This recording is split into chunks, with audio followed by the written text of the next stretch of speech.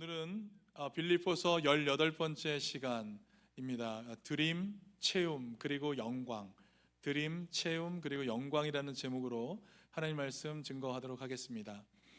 여러분 혹시 조지 뮬러라는 분 들어보셨습니까?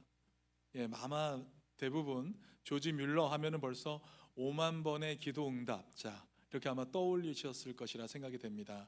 네, 이분은요 평생에 걸쳐 아마 5만 번 이상이겠죠. 5만 번 이상 기도의 응답을 받은 것을 책으로 기록하신 분이에요. 다 5만 번을 다 기록하진 않으셨지만 그 이상의 기도 응답을 받았다라고 얘기하고 있습니다. 그 책에 보면은 이런 내용이 있습니다. 하루는 뮬러가 고아원에서 운영하고 있는 그 고아원에 어느 날 아침에 아이들에게 먹일 음식이 하나도 남지 않은 상황이 발생한 거예요. 아이들에게 줄 게 아무것도 없었습니다.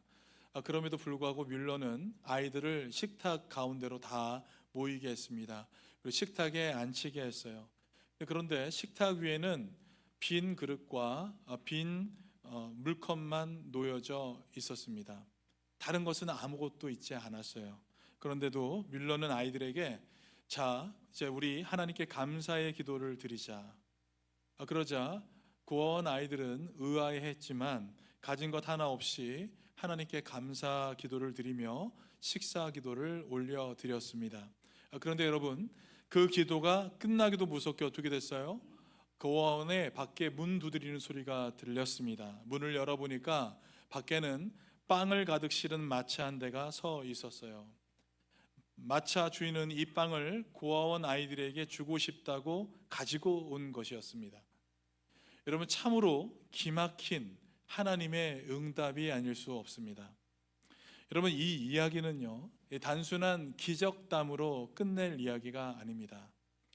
우리에게 하나님 나라의 중요한 한 가지 원리를 보여주고 있기 때문에 그렇습니다.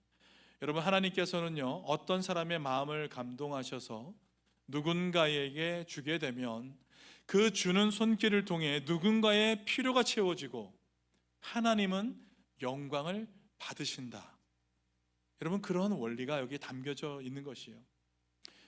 여러분, 하나님의 나라는 이처럼 드림이 있고요, 체험이 있고요, 그리고 영광이 있는 줄 믿으시기 바랍니다. 여러분, 오늘 우리가 읽은 빌립보서 4장 15절부터 20절까지에 있는 말씀에서도 바울은 바로 이 은혜의 순환 구조, 드림과 체험, 그리고 마침내 하나님께 돌려지는 영광의 경제가 오늘 말씀 안에 담겨져 있는 것입니다.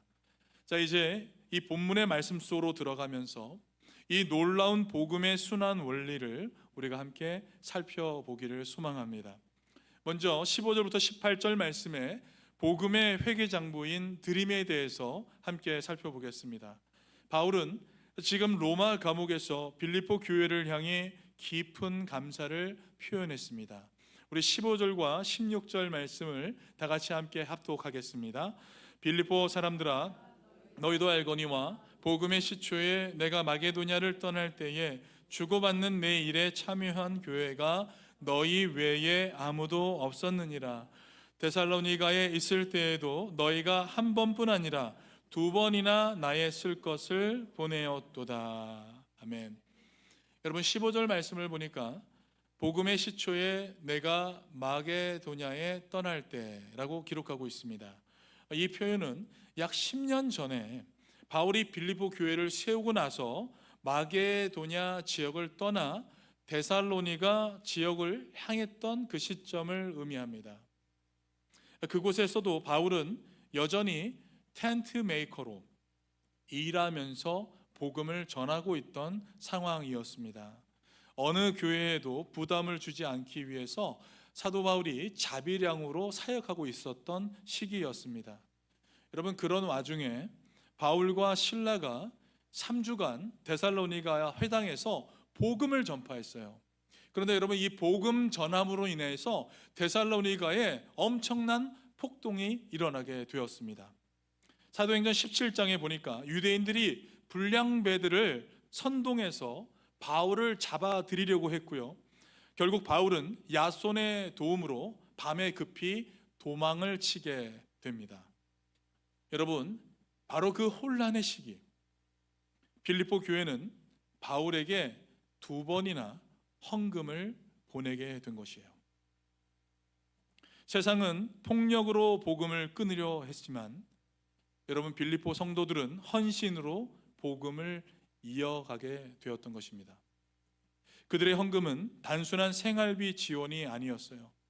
고난 속에서도 복음이 멈추지 않도록 한 믿음의 동력이었다라고 얘기할 수 있는 것입니다. 여러분, 이렇게 바울은 세상의 대적과 교회의 헌신이 교차하는 그 자리에서 하나님의 복음이 어떻게 인간의 시련을 넘어서 자라나게 되는지를 목도하면서 사도 바울은 오늘 15절 말씀에 이렇게 고백하고 있는 것입니다. 너희 외에 아무도 없었느니라. 여러분, 이 짧은 문장에는 바울의 진심 어린 감격이 담겨져 있다라고 우리는 느낄 수 있습니다. 한 번뿐 아니라 2번이나 필요한 것을 보내며 자신들의 형편이 어렵더라도 복음의 일을 멈추지 않게 되었던 것이에요. 여러분, 이것은 단순한 후원이 아니죠. 이것은 사랑의 모험이자 투자였던 것입니다. 그들의 헌신은 바울의 사역을 살리며 동시에 복음의 역사에 함께한 거룩한 동행, 믿음의 투자라고 말할 수 있는 것입니다. 여러분, 잘 아시다시피 빌립보는요, 로마의 식민지 도시였습니다. 그래서 일명 작은 로마라고 불려지는 도시였습니다. 그곳에는 로마 군 출신의 은퇴자들과 상류층 시민들이 함께 살고 있었고요, 또 황제 숭배가 아주 일상화된 그런 도시이기도 했습니다.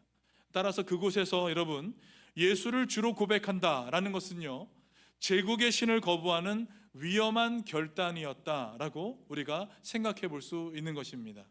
게다가 빌립보 교회의 성도들은요, 대부분 사회적 약자들이었다라는 것을 우리는 짐작해 볼 수 있습니다. 사도행전 16장 말씀을 보니까 첫 회심자인 자색 옷감 장사 루디아를 제외하고 그 외의 구성원들이 감옥의 간수였고요, 노예였고요, 또 소녀였고요, 평민이었습니다. 그들의 헌금은 부유함의 표현이 아니라 가난함 속에서 드린 희생적 신앙의 열매였다라고 말할 수 있는 것입니다.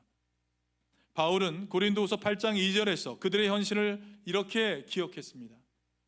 환난의 많은 시련 가운데서 그들의 넘치는 기쁨과 극심한 가난이 그들의 풍성한 연보를 넘치게 하였느니라. 여러분, 뭐라고요? 극심한 가난이 그들의 풍성한 연보를 넘치게 했다. 언뜻 이해가 되지 않습니다. 가난이 연보를 넘치게 했다. 여러분, 가난했지만 그들은 풍성했고요, 작았지만 영향력 있던 교회, 그곳이 바로 빌립보 교회였던 것입니다. 여러분, 이들은 돈을 들인 것이 아니었어요. 돈을 들여서 선교를 드린 인물들이 아니었습니다. 이들은요, 자기 자신을 드린 교회였다라고 얘기할 수 있는 것이에요. 바울은 빌립보 교회의 헌금을 가리켜서 주고받는 내 일이다 라고 표현했어요. 주고받는 내 일, 헬라어로 도시스 카이 램프시스라는 말입니다. 이 표현은요, 헬라 시대의 거래 정부의 입출금을 기록할 때 주로 사용했던 상업적 용어였습니다. 바울이 여기에서 이 단어를 사용한 것이 여러분, 세속적 회계를 말하고자 하는 것이었을까요? give and take의 개념의 일반적인 의미를 얘기하는 것이 결코 아니었습니다. 바울은 지금 하나님 나라의 회계에 대해서 말하고 있는 것이었어요. 바울이 사용한 그 다음 용어를 보면 우리는 더 명확히 알 수 있습니다. 바울이 참여하다라는 말을 사용했어요. 여러분, 이 단어는요, 코이노네오라는 단어예요. 코이노네오. 이것은 단순히 돕는다라는 의미가 아니라 함께 나눈다, 함께 짐을 진다, 함께 싸운다라는 의미가 담겨져 있는 것입니다. 여러분, 따라서 빌립보 교회는 단순한 후원자가 아니라 바울의 사역에 함께 동참한 복음의 동역자라고 우리는 이해할 수 있는 것이에요. 그들의 드림은 단지 물질이 이동한 사건이 아니라 은혜가 순환한 영적인 사건이었다라는 것입니다. 여러분, 그들의 드림은 이익이 아니라 열매로 계산이 되었고, 그들의 헌신은 바울의 지갑을 채우는 것이 아니라 하나님의 영광 계좌에 입금된 사랑의 예물이었던 것입니다. 여러분, 여기서 중요한 것은 무엇입니까? 바울의 감사는 결코 물질적 결핍 때문에 주어진 것이 아니었다라는 것이에요. 바울은 이미 그리스도 안에서 자족하기를 배운 사람이었습니다. 오늘 본문의 바로 앞절에 있는 말씀을 여러분 다시금 상기하시기 바랍니다. 11절과 13절 말씀에 보니까 내가 궁핍함으로 말하는 것이 아니니라. 어떠한 형편에든지 나는 자족하기를 배웠노니 내게 능력 주시는 자 안에서 내가 모든 것을 할 수 있느니라. 여러분, 그의 마음은요, 상황의 풍부함이 아니라 그리스도의 충만함으로 이미 채워져 있었던 상태였습니다. 그렇기에 바울은 현금을 받았기 때문에 기뻐한 것이 아니라 그 헌금을 통해 드러난 빌립보 성도들의 믿음과 사랑 때문에 기뻐했다라고 우리는 이해할 수 있는 것입니다. 그의 감사는 결핍의 자리에서 나온 감사가 아니라 이미 채워진 자의 감사였다라는 것입니다. 여러분, 그리스도 안에서 이미 채워진 사람만이 다른 사람의 드림을 온전히 기쁘게 받을 수 있다는 것을 여러분 믿으시기 바랍니다. 바울은요, 빌립보 성도들의 헌신을 통해서 자신이 부유해졌다고 느끼지 않았어요. 다만 그들의 드림을 통해서 하나님 나라의 은혜의 회개가 작용되고 있다는 것을 바라보게 되었다라는 것입니다. 바울은 이어서 이렇게 고백해요. 17절 말씀을 우리 다 같이 함께 고백하겠습니다. 내가 선물을 구함이 아니요 오직 너희에게 유익하도록 풍성한 열매를 구함이라. 네, 여러분, 바울의 관심은요, 받는 자의 만족이 아니었습니다. 받는 자의 만족이 아니라 주는 자의 성장에 있었다라는 것을 우리는 볼 수 있습니다. 바울은 빌립보 교회의 헌금이 그들의 영혼에 열매 맺는 사건이 되기를 바랬습니다. 여기서 열매는요, 풍성하게 자라나는 열매를 의미합니다. 바울은 빌립보 교회의 헌신이 그들의 영혼의 장부에 영적 열매를 쌓는 것임을 구한 것이었어요. 또한 바울은 이 헌금이 하나님 앞에서 받으실 만한 향기로운 제물이 되었다라고 표현했습니다. 우리 18절 말씀을 같이 함께 읽겠습니다. 내게는 모든 것이 있고 또 풍부한지라 에바브로디도 편에 너희가 준 것을 받았으므로 내가 풍족하니 이는 받으실 만한 향기로운 제물이요 하나님을 기쁘시게 한 것이라. 아멘. 여러분, 이것은 단순한 재정적 행위가 아니라 무엇입니까? 경제 행위에서 예배 행위로 바뀌는 순간이다라고 말할 수 있습니다. 경제 행위에서 예배 행위로 바뀌어지는 순간. 여러분, 구약에서 제물이 불태워질 때 올라가던 그 향기로운 연기처럼 빌립보 교회 성도들의 드림은 하나님께 기쁨으로 올려진 예배가 되어졌다라는 것이에요. 세상의 회개는 돈의 흐름을 기록하고 있습니다. 그러나 하나님 나라의 회개는 사랑의 순환을 기록하고 있습니다. 여러분, 세상은 얼마나 주었는가 이것을 보지요. 당신이 얼마를 헌금했는가 이것을 바라봅니다. 그러나 하나님은 그 드림을 통해 얼마나 믿음이 자랐는가, 여러분 이것을 보신다는 것을 기억하시기 바랍니다. 우리가 믿음으로 무엇인가를 드릴 때 하나님은 그 드림으로 누군가의 체험으로 바꾸시고 그 체험을 통해 또 다른 예배와 감사가 일어나게 하시는 줄 믿습니다. 히브리서 6장 10절의 말씀 우리 같이 한번 읽어보겠습니다. 시작. 하나님은 불의하지 아니하사 너희 행위와 그의 이름을 위하여 나타낸 사랑 곧 성도를 섬긴 것과 이제도 섬기는 것을 잊어버리지 아니하시느니라. 아멘. 여러분, 우리가 누군가에게 무엇을 주는 순간, 우리가 주는 순간 하나님은 기록하신다라는 것입니다. 여러분, 그 손길로 하나님은 지금도 복음의 회개장부를 채워가시는 줄 믿습니다. 빌립보 교회는 물질을 드린 것이 아니었습니다. 하나님 나라의 은혜 장부에 자신들의 이름을 남긴 교회였습니다. 그들의 드림은 하나님의 기쁨이 되었고요, 그 향기는 지금까지도 복음의 향기로 남아있게 된 것입니다. 여러분, 우리 또한 그러한 교회가 되기를 진심으로 바라고 소망합니다. 여러분, 하나님은 여전히 우리의 드림을 통해서 다른 사람의 체험을 일으키시고 그 체험을 통해 영광을 받으시는 줄 믿습니다. 오늘 우리의 헌신이 하나님의 회개장부에 기록되며 하늘의 향기가 되어서 올려드려지기를 간절히 소망합니다. 여러분, 이것이 바로 복음의 회개장부, 드림의 신비라고 할 수 있는 것입니다. 두 번째는 19절 말씀에 체험에 관한 내용이에요. 바울은 빌립보 교회의 드림에 대한 하나님의 응답을 담대히 선포하고 있습니다. 우리 19절 말씀을 같이 함께 읽겠습니다. 나의 하나님이 그리스도 예수 안에서 영광 가운데 그 풍성한 대로 너희 모든 쓸 것을 채우시리라. 아멘. 여기서 사도 바울이 뭐라고 했습니까? 나의 하나님이, 호테오스무라는 단어예요. 호테오스무. 여러분, 사도 바울이 지금 나의 하나님이라고 부른 것은요, 단순한 관념적 신이 아니라 광야에서부터 이제 여기 감옥에 이르기까지 늘 공급하시고 생애를 인도하신 인격적 하나님에 대한 고백으로 호테오스무라고, 나의 하나님이라고 고백한 것입니다. 바울은 여러 차례 궁핍과 풍부를 겪었습니다. 그러나 그때마다 하나님은 동일하게 채우시는 그 일들을 해오셨어요. 사도 바울이 이것을 경험하게 된 것입니다.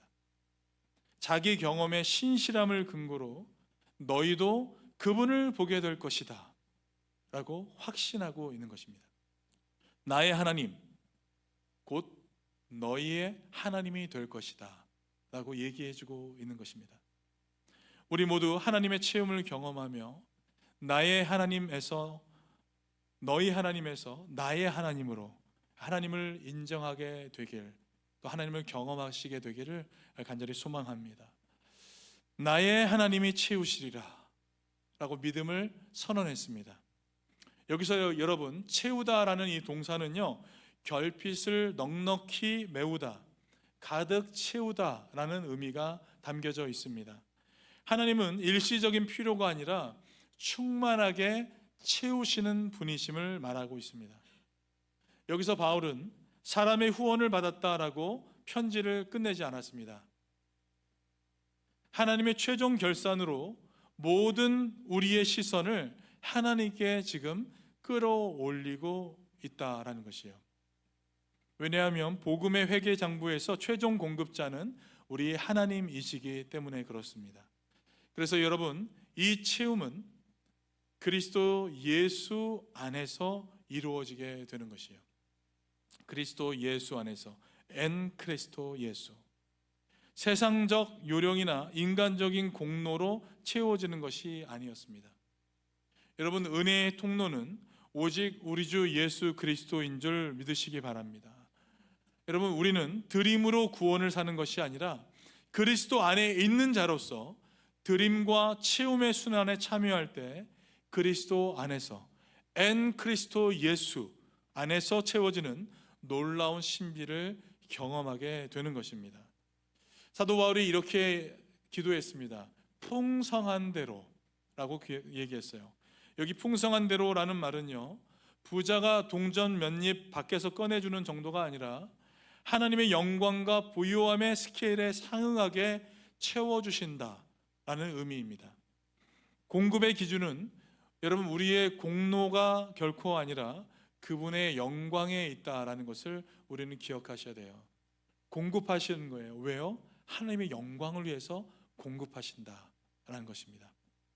바울은 모든 쓸 것을 약속했습니다. 여기 여러분 쓸 것은 필요, 요긴함이라는 의미가 담겨져 있습니다. 욕망이 아니라 우리의 필요를 약속한 것입니다. 하나님은 필요를 신실히 채우시되 정욕을 채우시는 분이 결코 아니시다라는 거예요. 그러므로 여러분, 이 약속은 원하는 대로 다 주실 것이 아니라 하나님의 선하신 판단 속에서 우리의 삶과 사명을 이루는데 꼭 필요한 모든 것을 채우시겠다라는 약속이 담겨져 있는 것입니다. 여러분, 세상 경제는요, 가진 자가 준다, 없는 자는 받는다, 가진 자가 준다, 없는 자가 받는다라는 구조입니다. 그러나 하나님 나라의 경제는 주는 자가 더욱 풍성해진다, 주는 자가 더욱 풍성해진다는 역설이 담겨져 있습니다. 우리 사도행전 20장 35절 말씀을 같이 함께 읽겠습니다. 범사에 너희에게 모범을 보였노니 곧 이같이 수고하여 약한 사람들을 돕고 또 주 예수께서 친히 말씀하신 바 주는 것이 받는 것보다 복이 있다 하심을 기억하여야 할지니라. 아멘. 여러분, 빌립보 교회는 가난했지만 먼저 드림으로 은혜의 통로를 열었고요, 하나님은 그 통로를 따라 채움의 은혜를 흘려 보내신 것이었습니다. 드림으로 우리는 비워지는 것이 아니라 채움의 그릇이 커진다는 것을 우리는 믿어야 할 것입니다. 마치 씨앗 하나가 흙 속에서 사라지는 듯 보여도 때가 되면 수십 배로 거두듯이 하나님께 드린다는 것은 추수로 바꾸어지는 일이다 라는 것을 우리는 믿어야 할 것입니다. 바울은 채움의 차원을 영광 가운데라고 요약했어요. 물질적 충족만이 아니라 의와 평강과 희락의 내적 충만, 지혜와 분별의 공급, 감당할 힘과 위로. 하나님은 돈만 주시는 분이 아니라 돈이 줄 수 없는 것들로도 풍성히 채우시는 분이심을 표현하고 있는 것이에요. 그렇게 여러분, 성도가 체감하는 채움은 상황을 초월하는 평강과 감사로 나타나게 되는 것입니다. 바울은 어디서도 부가 자동으로 따라온다고 말하지 않았습니다. 그런데 동시에 필요를 외면하시는 하나님도 아니다라고 말하지 않았어요. 바울은 자족과 채움을 함께 붙들었어요. 자족과 채움. 그리스도 안에서 자족하기를 배운 자가 그리스도 안에서 채우심도 경험한다라는 것이에요. 여러분, 한번 우리 큰 소리로 같이 한번 읽어볼까요? 시작. 그리스도 안에서 자족하기를 배운 자가 그리스도 안에서 채우심도 경험한다. 아멘. 여러분, 이것이 바울이 믿고 있는 복음의 균형이라고 말할 수 있습니다. 번영 신학의 과장이 있죠. 그러나 결핍 신학의 냉소가 있습니다. 번영 신학의 과장과 결핍 신학의 냉소 그 사이에서 하나님의 신실한 공급을 담대히 선포하되 십자가의 절제와 자족을 함께 가르치는 것, 여러분, 이것이 교회가 해야 할 일이라는 것이에요. 결국 드림과 채움의 순환은 사람의 선행으로 끝나지 않았습니다. 하나님 곧 우리 아버지께 세세 무궁하도록 영광을 돌릴지어다. 공급의 근원이 하나님이시라면 영광의 기속도 오직 우리 하나님께 있는 줄 믿습니다. 여러분, 그렇기에 바울은 채움의 약속 뒤에 찬양으로 마감하고 있는 것을 우리는 볼 수 있습니다. 여러분, 이것이 복음의 회개 결산이에요. 드림은 하나님께 기억하시고 채움은 하나님께서 행하시며 영광은 하나님께로 돌아간다 라는 것입니다. 우리 20절 말씀을 통해서 한번 보겠습니다. 영광에 대해서 살펴볼 텐데요, 같이 함께 20절 말씀 읽어보겠습니다. 하나님 곧 우리 아버지께 세세 무궁하도록 영광을 돌릴지어다. 아멘. 영적 회개장부의 마지막 줄에 이렇게 적혀 있는 것이에요. 모든 드림과 채움의 최종 수혜자는 하나님이십니다. 여러분, 바울은 이 편지의 결말을 감사와 찬양으로 마무리하고 있습니다. 하나님을 찬양하는 송영으로 마무리했어요. 바울 서신은 언제나 하나님의 은혜를 논하고 나면 자연스러운 찬양으로 이어지게 됩니다. 왜냐하면 은혜의 이야기는 반드시 영광으로 끝나게 되기 때문입니다. 바울은 하나님 곧 우리 아버지께라고 얘기했습니다. 단순히 초월적 하나님이 아니라 관계 안에서 우리를 돌보시는 아버지 하나님이라는 고백이 담겨져 있습니다. 여러분 기억하십니까? 바로 앞절에는 뭐라고 고백했습니까? 나의 하나님이라고 했어요. 그런데 20절에서는 누구요? 우리 하나님, 우리 아버지라고 확장된 것입니다. 바울 개인의 공급자이신 하나님이 공동체 전체의 아버지로 선포되게 된 것입니다. 드림과 체험의 흐름은 개인의 은혜를 넘어서 공동체적 예배로 확장된다는 것을 우리는 보게 되는 것입니다. 세세무궁하도록, 여러분 이것은 모든 시대의 시대들에게 이르기까지라는 의미예요. 시간의 끝이 없는 무한한 찬양의 연속성을 의미하는 것입니다. 세상의 영광은 일시적입니다. 사람의 칭찬은 금세 사라지고 인간의 성취는 곧 잊혀집니다. 그러나 하나님의 영광은 시대와 세대를 넘어 이어지는 지속적 영광이라는 것을 여러분 믿으시기 바랍니다. 여러분 이 영광은 받으실 만한 제물로 드려진 예배 위에 머무르며 하나님이 자기 백성을 통해 받으시는 최종적 기쁨의 결과라는 것이에요. 빌립보서 4장의 마지막 부분은요, 드림과 체험과 영광이라는 이 세 단어를 통해 복음의 순환 구조를 보여주고 있습니다. 성도의 헌신과 사랑의 나눔은 복음 사역의 확장을 낳았고요, 하나님의 풍성한 공급, 이 채움은 성도의 삶을 만족하게 하며 모든 결과가 하나님께 기속될 때 영광스러운 예배가 완성되게 되는 것입니다. 여러분 이 순환의 마지막은 사람이 아니라 바로 하나님께서 주인공이 되셨습니다. 세상의 회개는 사람의 이익으로 끝나지만 복음의 회개는 언제나 하나님의 영광으로 마감되어야 될 줄 믿습니다. 바울의 송영은 단순한 미사 여구가 아니었어요. 바울은 드림과 체험의 모든 과정을 통해서 하나님의 주권과 은혜의 주도성을 확인했습니다. 그래서 사람이 준 것 같지만 사실은 하나님이 주신 것이었어요. 하나님이 감동하셔서 드리게 하셨기 때문입니다.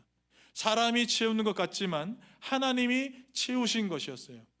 모든 공급의 근원은 하나님이시기 때문입니다. 사람이 열매를 맺은 것 같지만 하나님이 자라나게 하신 것이었어요. 고린도 전서 3장 6절에 나는 심었고 아볼로는 물을 주었으되 자라나게 하신 이는 하나님이시니. 여러분 결국 하나님의 은혜로 시작된 일은 하나님의 영광으로 끝나게 되는 줄 믿으시기 바랍니다. 여러분 이것이 복음의 회개 결산이에요. 사도 바울이 감옥에서 이 편지를 작성하고 있다는 것을 여러분 생각해 볼 때 이 마지막 찬양은 단순한 문장 하나하나가 아니라 감옥에서 드려진 가장 고귀한 예배의 고백이다라고 우리는 말할 수 있습니다. 물질적으로는 아무것도 가진 것이 없었지만 그의 마음은 그리스도 예수로 풍성하게 가득 채워져 있었습니다. 바울은 결핍 속에서도 하나님의 충만을 노래했고 쇠사슬에 묶인 자리에서 오히려 자유의 찬양을 올려드렸습니다. 그의 입술에서 흘러나온 우리 하나님 아버지께 세세무궁하도록 영광을 돌리시어다라는 고백은 상황을 초월한 신앙, 자족의 영성, 그리고 복음적 예배의 결정이었다라고 말할 수 있습니다. 감옥이라는 가장 어두운 그 공간이 하나님께 영광이 올려지는 가장 맑은 성소가 되어지게 된 것입니다. 여러분 우리 또한 인생의 감옥 같은 그 현실 속에서도 감사로 시작해 찬양으로 마무리하는 믿음의 예배자들이 다 되시길 간절히 소망합니다. 빌립보 교회가 드렸어요.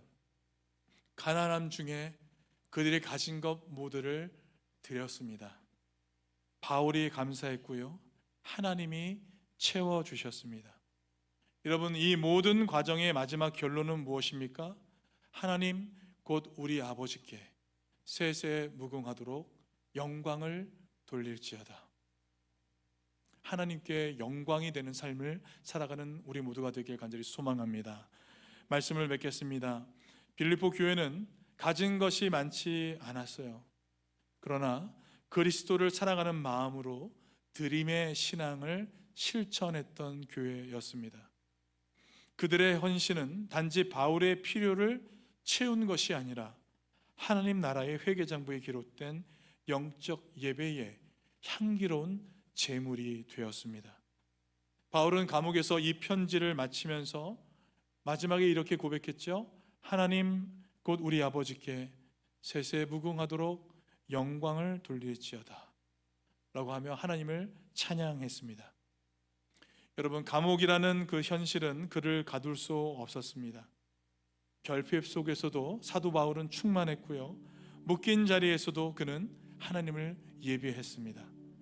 그의 마지막 문장은 감사의 완성, 예배의 절정, 영광의 귀결이었습니다. 사랑하는 성도 여러분, 지금 우리의 형편이 어떠하든지 또 우리의 상황이 어떠하든지 여러분, 우리가 가진 것을 하나님께 모두 드리시기를 간절히 소망합니다. 찬양을 할 때 우리가 함께 나누었지요. 오병이어의 기적의 그 현장 속에서 작은 아이가 드린 물고기 2마리와 떡 5개, 오병이어의 사건. 여러분, 모든 것을 전부 드렸을 때 하나님께서 모든 사람에게 채워주시는 역사가 일어나게 되었습니다. 여러분, 우리도 이 복음의 순환에 함께 동참하기를 간절히 소망합니다.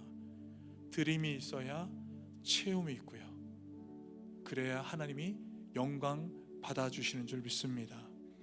드림으로 시작된 이 신앙이 체험으로 이어지고 결국 하나님의 영광으로 마무리되는 인생, 여러분, 이런 아름다운 인생 살아가시는 저와 여러분의 삶이 되시길 우리 주님의 이름으로 간절히 축원드립니다. 같이 함께 기도하시겠습니다.